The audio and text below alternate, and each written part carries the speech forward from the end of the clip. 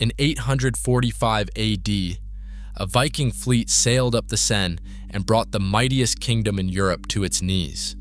The name behind that terror, Ragnar Lothbrok, became legend. Warrior, raider, conqueror. Saga tradition made him unstoppable, but not a single contemporary source from his supposed lifetime ever mentions his name. So who was the Viking who may never have existed, and why does his legend refuse to die?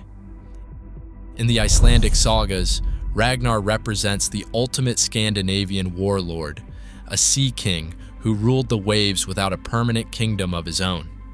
These 13th century stories construct a biography that functions as a foundation myth for the entire Viking age. He begins his career as an ambitious young warrior, proving his worth through extraordinary deeds before launching massive fleets into foreign waters. According to these later traditions, his longships terrorized the coasts of Europe, striking coastal settlements and leaving behind a reputation for unmatched tactical brilliance. The narratives depict a commander who could bypass defenses, outmaneuver regional rulers, and command absolute loyalty from his crew. Later medieval texts attribute sweeping raids across the Baltic, the British Isles, and the Frankish empires directly to his leadership. Every campaign solidifies his reputation as an unstoppable force operating on a grander scale than any real historical contemporary. He sails into uncharted territories, wins impossible battles, and gathers vast wealth, securing immense tribute. Yet, these accounts were written hundreds of years after the raids occurred. Medieval Icelandic writers recorded oral legends, shaping a hero who fit the ideals of their ancestors. In this literary tradition, Ragnar exists as a larger-than-life figure who personified the expansionist spirit of an entire era. The personal domestic world of the sagas completes Ragnar's legendary life through tales of prophecy, marriage, and dynastic ambition. According to the Danish writer Saxo Grammaticus, his first wife was Lagertha, a fierce shield maiden who fought in the front lines with her hair loose over her shoulders. Later Icelandic texts introduce Aslaug, a prophetic queen who foresaw the physical traits and grand destinies of their children, including Sigurd's snake in the eye. These unions went far beyond companionship, establishing a mythic lineage that connected Ragnar to the ancient heroes of Norse lore. The legend reaches its brutal resolution in Northumbria. Captured by King Aella, an aging Ragnar is thrown into a dark pit filled with venomous vipers. As the snakes strike, he delivers his final defiant warning, declaring how the young pigs would grunt if they knew what the old boar suffered, a direct threat of revenge from his powerful sons. This dramatic execution became the defining image of the Viking hero in later centuries. Yet, these accounts of prophetic wives and snake pits survive only in manuscripts written 400 years after the events. They construct a vivid medieval story world that later generations remembered as history, but which contemporary records fail to support. No 9th century chronicle from England, Ireland, or Francia mentions a death by snakes, nor do they record a leader of this name meeting his end in Northumbria. To understand this absence, historians must weigh the surviving documentary record, which is both fragmentary and selective. Scribes of the 9th century did not write comprehensive histories. They recorded events of immediate local impact. Yet, even within these narrow accounts, the omission of Ragnar is telling. While regional annals document the movements of smaller raiding parties and name minor chieftains, the master of the seas remains entirely absent from the records of his supposed lifetime. Instead, the narrative of Ragnar relies almost entirely on works written centuries after the Viking Age drew to a close. The Icelandic sagas were composed in the 13th century, a period when oral legends were first being translated into written manuscripts.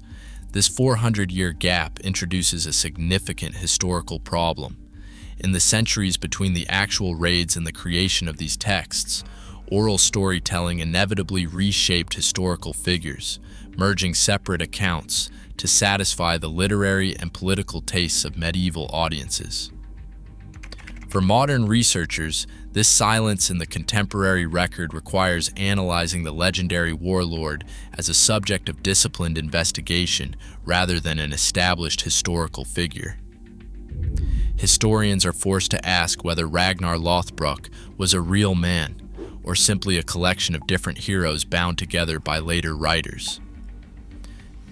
To resolve the silence of the contemporary records, modern scholars analyze the surviving texts through strict historical criteria: the date of a source, its physical proximity to the events, its independence from other accounts, and direct corroboration.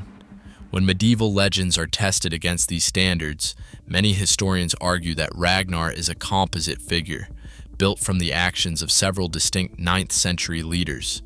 In this view, the closest historical nucleus for the legendary king is Ragnar, the Norse chieftain who led the siege of Paris in 845. While Ragnar provides the anchor for Ragnar's early raiding career, his historical footprint is small. To expand the legend, later oral traditions likely absorbed the real-world achievements of other prominent warlords, including Ivar the Boneless, Bjorn Ironside, and Halfdan. This process of compression is a common feature of Norse oral poetry. Over centuries of retelling, poets simplified complex regional campaigns by attributing them to a single towering patriarch.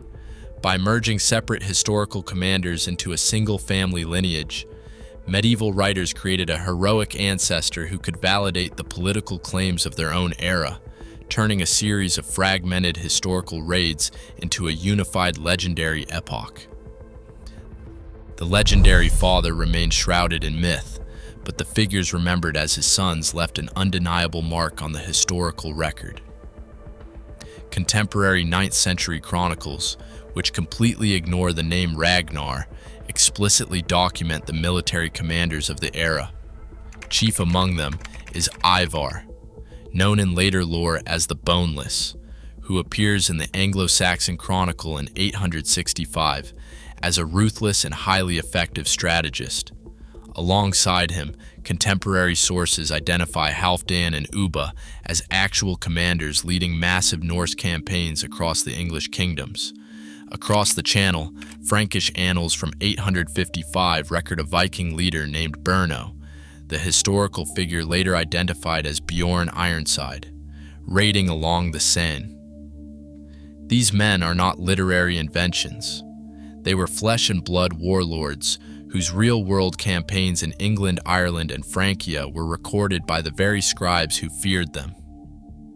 In these verified historical figures, modern researchers find the strongest bridge between Norse legend and documented Viking power.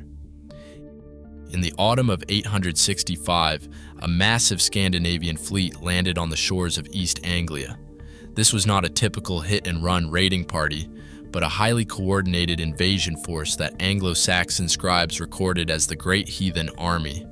Norse strategy changed, moving away from seasonal plunder towards systematic territorial conquest and permanent settlement. Over the next decade, this coalition dismantled Anglo-Saxon kingdoms, captured York, and permanently altered the political map of England. While later medieval sagas claim this vast invasion was launched to avenge the death of Ragnar Lothbrok and King Aella's snake pit, contemporary records tell a different story. The Anglo-Saxon Chronicle, written within a generation of the invasion, lists the arrival of the army and its commanders with precision, yet it makes no mention of a father named Ragnar, nor does it record a quest for family vengeance. The historical evidence suggests the campaign was driven by land, wealth, and political opportunity. The undeniable reality of this army provides the legendary narrative with its solid military core, even if the legendary patriarch himself remains entirely absent from the historical record. Today, the myth of Ragnar remains more powerful than any historical truth. We still prefer a grand legend over complex reality. The Viking Age didn't need one perfect leader, it needed a story. Share your thoughts on this mystery below.